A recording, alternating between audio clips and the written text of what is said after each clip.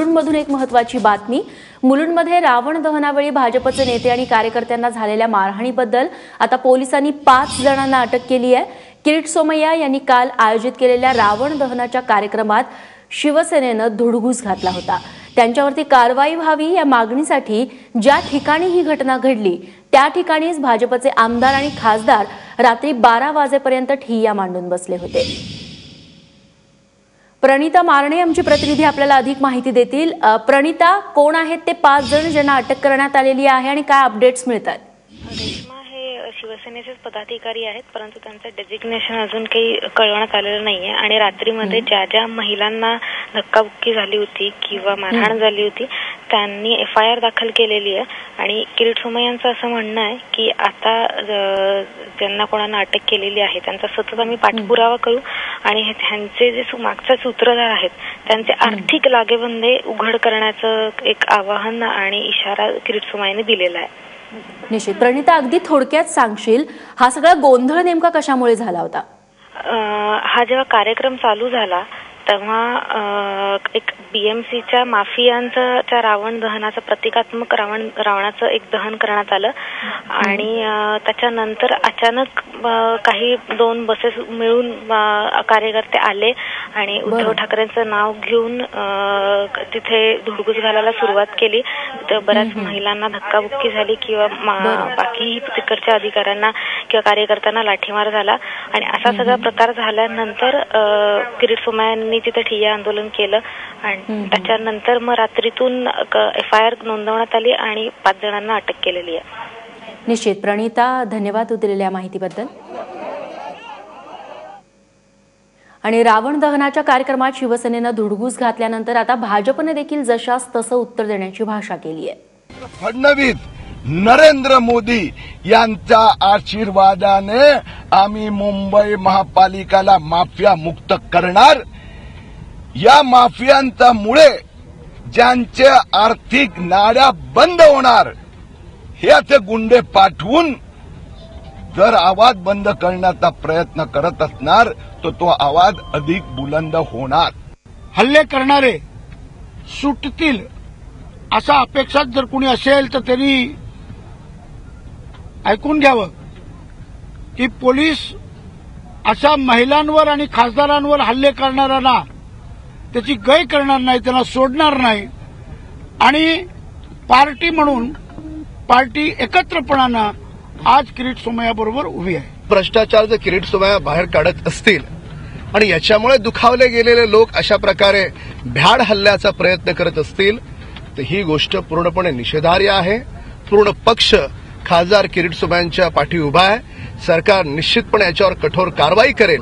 आणि आता एक अपडेट समोर येतेय। गोव्यातली प्रसिद्ध परफ्यूम एक्सपर्ट मोनिका घुर्डेच्या हत्येमध्ये एक धक्कादायक माहिती समोर येतेय। मोनिकाची हत्या होण्याआधी तिच्यावरती बलात्कार झाल्याची माहिती गोवा पोलिसांनी दिली आहे। गणेश ठाकूर आमचा प्रतिनिधी आपल्याला अधिक माहिती देईल। गणेश, खरंच धक्कादायक गोष्ट म्हणायला हवी। बरोबर आहे ना, ज्या प्रकारची माहिती आहे ती आहे। गोवा पोलिसांचं म्हणणं आहे की याआधी रेपची पुष्टी झाली नव्हती किंवा बलात्कार झाल्याची कोणतीही फॉरेन्सिक किंवा पोस्टमॉर्टमच्या रिपोर्टमध्ये माहिती नव्हती, पण ती आता माहिती येते कारण पोस्टमॉर्टमची रिपोर्ट ही आता प्रिलिमिनरी रिपोर्ट आलेली आहे आणि या गुन्हेगारानेही आपला गुन्हा कबूल केल्यानंतर त्याने पोलिसांना माहिती दिली आहे की त्याने ही घटना घडून आणली कारण त्याला राग होता आणि राग बरोबरच एक तिच्याप्रती त्याचं आकर्षणही होतं आणि यामुळे त्या दिवशी तो तिच्या घरी साईट सुपरवायझर म्हणून मोनिका हिच्या घरी गेला आणि मोनिका यांच्या घरी गेल्यानंतर त्याने तिला आत धक्का दिल्यानंतर चाकू होता, चाकूची भीती दाखवून तिला बाथरूम मध्ये घेऊन गेला आणि त्यानंतर मोनिकाचे हातपाय बेडवर बांधल्यानंतर तिच्यावर आधी तिच्याकडनं पैसे मागितले। मोनिकाने 4000 रुपये जे पर्समध्ये होते ते त्याला घ्यायला सांगितले, पण ते कमी असल्यामुळे मोनिकाने स्वतः त्याला ATM कार्ड आणि आपला पिन नंबर दिलं आणि त्यानंतर मोनिकाचा फोन घेऊन काही अश्लील व्हिडिओज जे आहेत त्याने तिला दाखवले आणि त्यानंतर तिच्याबरोबर जबरदस्ती केली, तिच्यावर बलात्कार केला। आणि पोलिसांचं हेही म्हणणं आहे की हत्या घडून आणणं म्हणजे ऍक्सिडेंट नव्हतं किंवा ते तिथं घडलं असं नव्हतं। तो त्या घरी या उद्देशानंच गेला होता की तिच्यावर अत्याचार करेल, तिचे पैसे घेईल एटीएम कार्ड घेईल आणि त्यानंतर तिची हत्या करेल. तर राग जो होता त्या रागाच्या भरातच त्याने ही हत्या घडून आणली आणि तिचा खून केला आणि त्यानंतर तो तिथून पळून गेला. पोलिसांचं हेही म्हणणं आहे की त्याने आपलं एस्केप रूटही तयार केलं होतं की या हत्येनंतर किंवा ही घटना घडून आणल्यानंतर आपण कोणत्या दिशेला जायचं आहे आणि म्हणूनच तो आधी पुण्यावरून नाशिक मिरज इथे आला आणि तिथनं तो मिरजवरनं बँगलोर इथे गेला आणि बँगलोरच्या हॉटेलमध्ये त्याला पकडलं आहे. त्याचा कबुली जबाबही पोलिसांनी आता रेकॉर्ड केला आहे, पण मजिस्ट्रेट समोर जाऊन त्याचं 164चं स्टेटमेंट रेकॉर्ड करेल किंवा अक्यूज कन्फ्युशन रेकॉर्ड करण्यात येणार आहे, जेणेकरून ते त्याच्या विरुद्ध कोर्टामध्ये सादर करण्यात येईल. यामध्ये पुरावे कमी असल्यामुळे अक्यूज स्टेटमेंट अत्यंत महत्वाचा ठरणार आहे आणि त्यासाठीच आता पोलीस याचं मजिस्ट्रेट समोर 164चं स्टेटमेंट करणार आहे. पण अत्यंत धक्कादायक घटना आहे की ह्या व्यक्तीनं फक्त तिनं त्याला मोनिका त्याला ओरडली होती आणि ह्या रागाच्या भरात तो काही महिन्यानंतर तिथं परत आला. साईड सुपरवायझरच्या नावाखाली तो घराच्या आत शिरला आणि आधी तिच्याकडनं पैसे घेतले, तिचा मोबाईल घेतला, तिच्यावर अत्याचार केले, नंतर तिची हत्या करून तो तिथून पळून गेला. निश्चित गणेश, धन्यवाद तू दिलेल्या माहितीबद्दल. मुंबईत काल शिवसेनेचा दसरा मेळावा पार पडला. यानिमित्त शिवतीर्थावरून भाषण करताना शिवसेना पक्षप्रमुख उद्धव ठाकरेंनी भाजपवर निशाणा साधलाय. हिंमत असेल तर भाजपने येत्या महापालिका निवडणुकात युती तोडून दाखवावी अशा शब्दात उद्धव ठाकरेंनी आव्हान दिलं. तसंच दिवाळीनंतर राज्यातल्या प्रत्येक शाखेला भेट देण्याचा निर्धार देखील उद्धव ठाकरेंनी बोलून दाखवलाय. व्यंगचित्राच्या वादानंतर उद्धव ठाकरे मराठा आरक्षणावरती काय प्रतिक्रिया देणार याकडे सगळ्यांचं लक्ष लागलं होतं. जातीय आरक्षण रद्द करून आर्थिक निकषावरती आरक्षण देण्याची मराठा समाजाची मागणी आहे, तिचा पुनरुच्चार उद्धव ठाकरेंनी केलाय. तर अजूनही तुमच्यात फरफरी बाकी असेल तर आज युती तोडा आणि अंगावरती या माझा वाघाचा बच्चा समोर बसलेला आहे.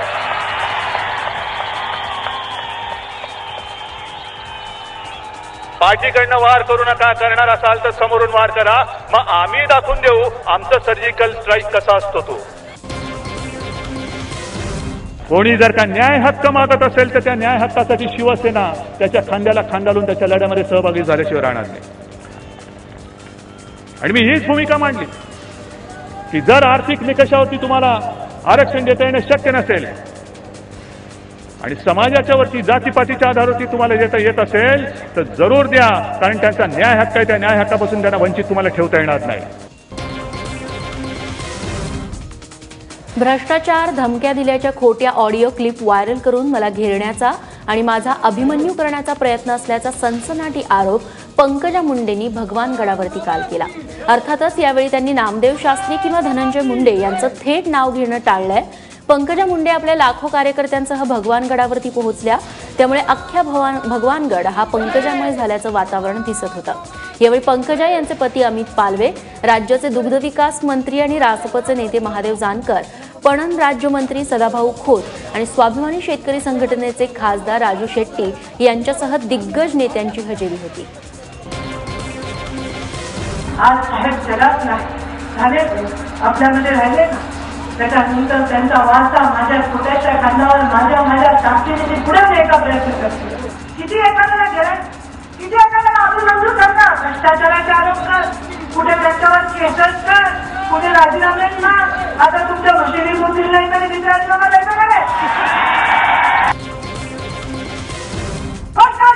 सत्तेमध्ये प्रस्थापित असताना सुद्धा आपल्या समाजाला न्याय नाही देऊ शकले. गरीब मराठा तरुणाला आज नोकरी नाही, त्याला शेती करायची ताकद नाही, त्याला अभ्यासामध्ये जरी चांगला असला तरी त्याला शिक्षणामध्ये पुढे जायची त्याची शक्ती नाही. त्या तरुणाला शक्ती देण्याचं काम ते केलं गेलं पाहिजे. भगवानगडावरच्या सभेत दुग्धविकास मंत्री महादेव जानकरांनी मात्र खालच्या भाषेत अजित पवार आणि धनंजय मुंडेंवरती टीका केल्यानं आश्चर्य व्यक्त केलं जात आहे. परळीचा चमचा आणि बारामतीची सुपारी आहे, मात्र पंकजा वाघीण आहे हे लक्षात ठेवा. संतांनी कोणाचे चमचे व्हायची गरज नसते असं म्हणत नामदेव शास्त्रींवर देखील जानकरांनी टीकास्त्र सोडलं. भाजप मुंडे यांच्या पाठीशी राहील की नाही ते सांगता येत नाही, मात्र माझा पक्ष सदैव त्यांच्या पाठीशी आहे, त्यामुळेच बारामतीची वाट लावल्याशिवाय आपण राहणार नाही अशा शब्दात महादेव जानकरांनी टीकास्त्र सोडलं.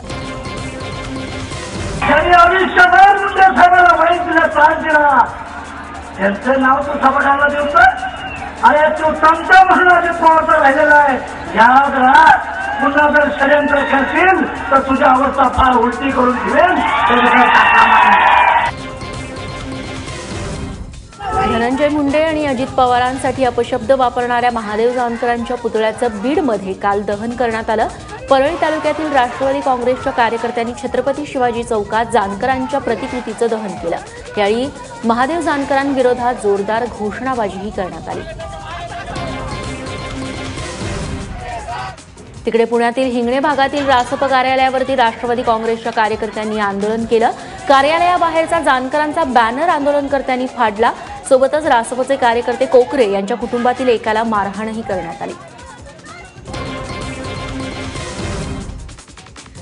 यंदाचा दसरा हा राष्ट्रीय स्वयंसेवक संघासाठी ऐतिहासिकच म्हणावा लागेल, कारण देशभरात राष्ट्रीय स्वयंसेवकांनी नव्या गणवेशात काल पथसंचलन केलं.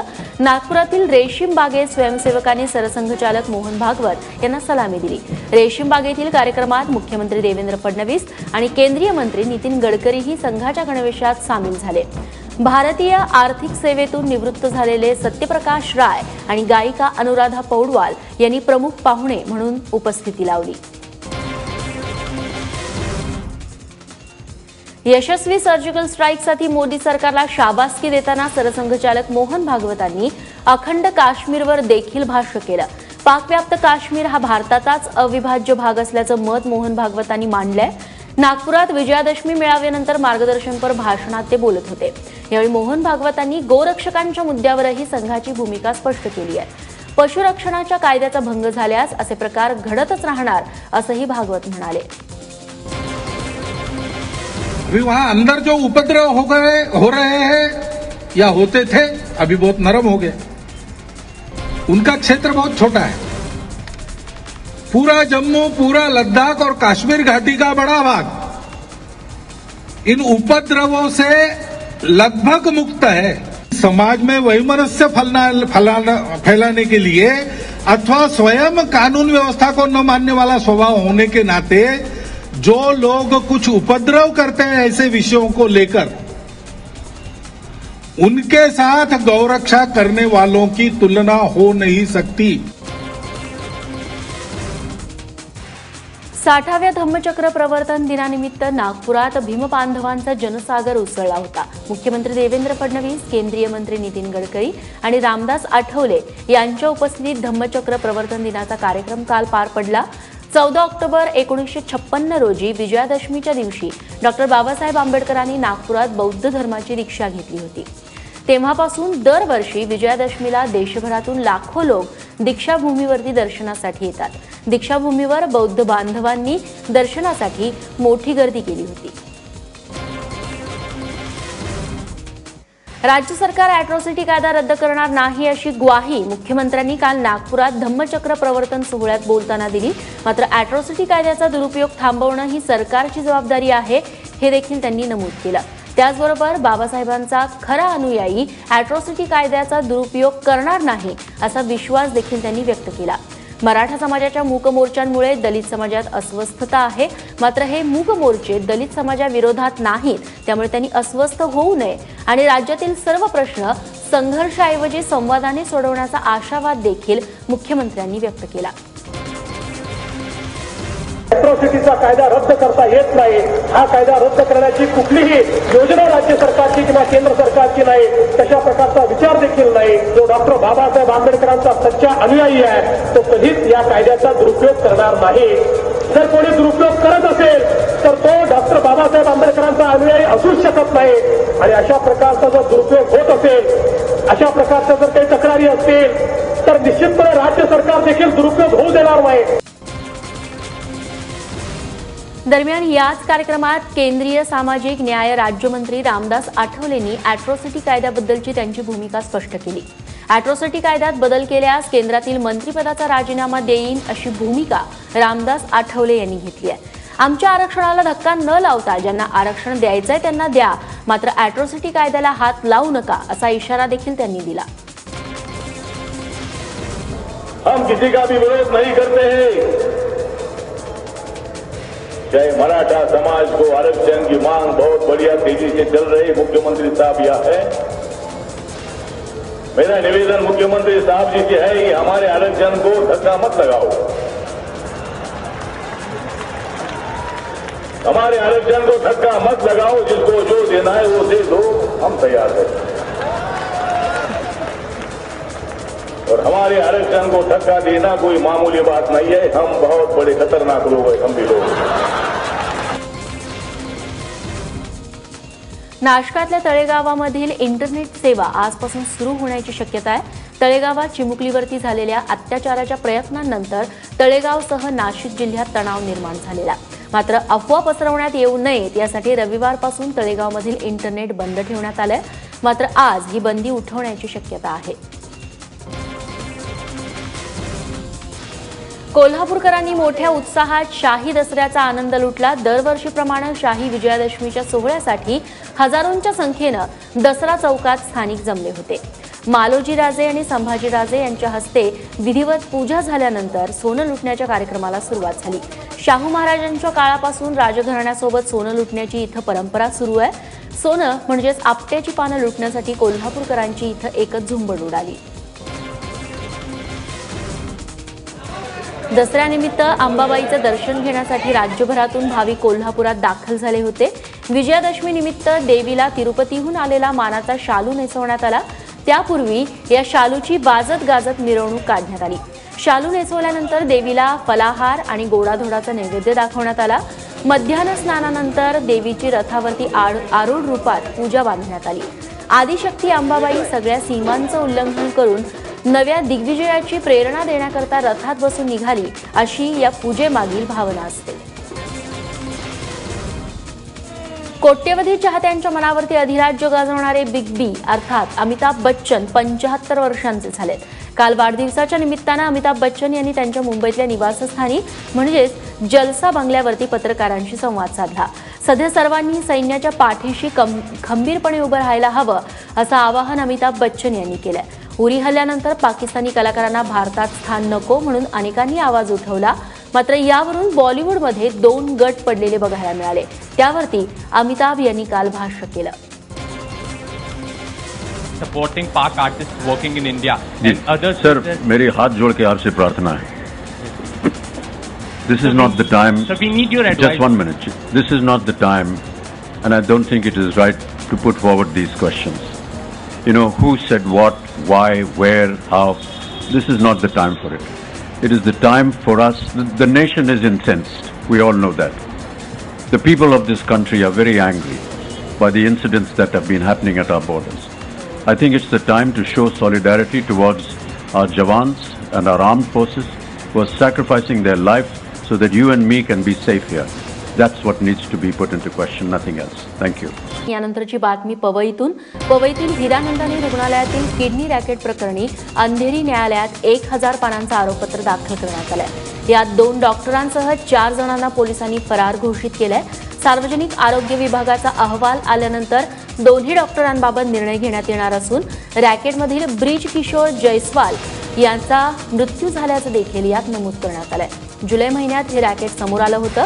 या प्रकरणी रुग्णालयाचे CEO doctor Sujit Chatterjee, doctor Mukesh Shette, doctor Mukesh Shah, doctor Prakashchandra Shetty, doctor colonel Anurag Naik यांच्यासह 10 जणांना अटक करण्यात आली आहे। नालासोपाऱ्यात एटीएम मशीन खोलून चोरीचा अयशस्वी प्रयत्न करणाऱ्या तरुणाला पोलिसांनी रंगेहात पकडलं। सोमवारी रात्री विकास सेन हा 23 वर्षीय तरुण नालासोपारा पूर्वेमधील डॉल लेन परिसरामध्ये असलेल्या एक्सिस बँकेचं एटीएम मशीन तोडून त्यातील पैसे चोरण्याचा प्रयत्न करत होता, मात्र त्या दरम्यान शहरात गस्तीवरती असणाऱ्या पोलिसांना याची चाहूल लागली आणि त्यांनी त्याला रंगेहात पकडलं। सुरक्षा रक्षक नसल्याचा फायदा उचलत आरोपी विकासनं हा चोरीचा प्रयत्न केला।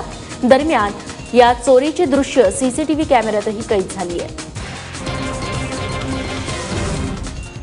मुंबईतील गव्हर्नमेंट लॉ कॉलेजची वेबसाईट पाक सायबर पायरेट्स नावाच्या हॅकर्सनी सोमवारी हॅक केली होती। भारतानं केलेल्या सर्जिकल स्ट्राईकची थट्टा उडवण्यात आलेली।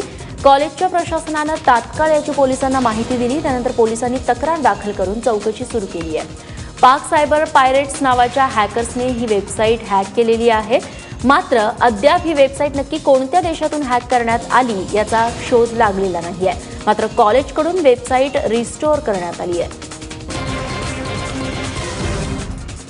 डेस्टिनेशन वेडिंग ही संकल्पना सध्या विवाह इच्छुकांमध्ये चांगलीच रुंजी घालतीये.